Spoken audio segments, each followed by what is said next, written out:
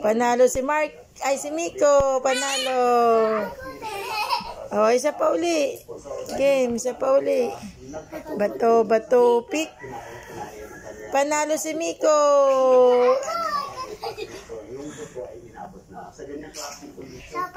Isa pa.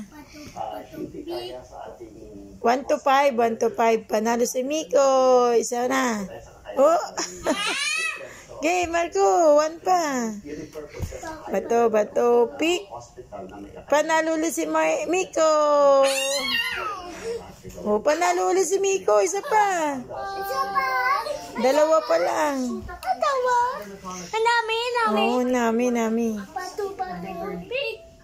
Panalo ulit si Miko. Oh, ano, Mako, talo ka na. 3 sa'yo eh. Talo ka eh. Bato, bato, pick. Nye, parehas. Bato, bato, pick. Nye, parehas uli. Oh, panalo si Miko. So, game. Bato, bato, pick. Panalo si Marco.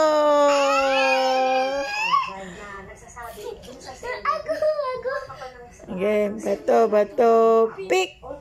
Panalo si Miko. Panalo si Mika. Oh. Ayan na. Oh, 1 pa daw. Mik. Ah, nami pa. Miko. Ayaw mo na?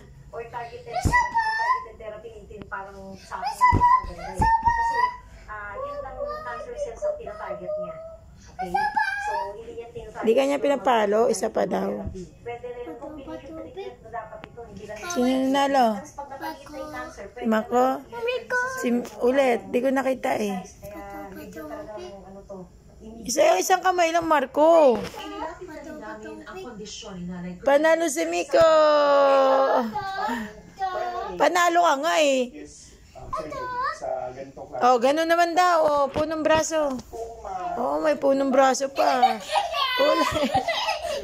Ulit, dali. May iba po na mga advance. Oh, punong braso. Kayo munang dalawa.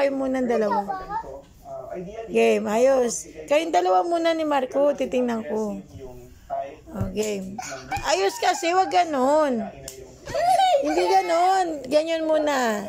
Ganon. Oh.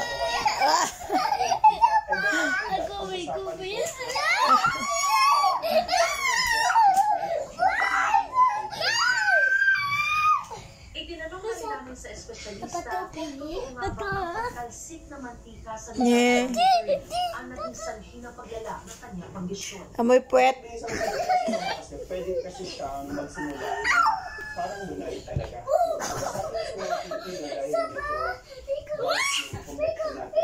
Ang kulay po ng ganitong klaseng tumor, kung nakita, pwede siyang brown or black. So parang lunay.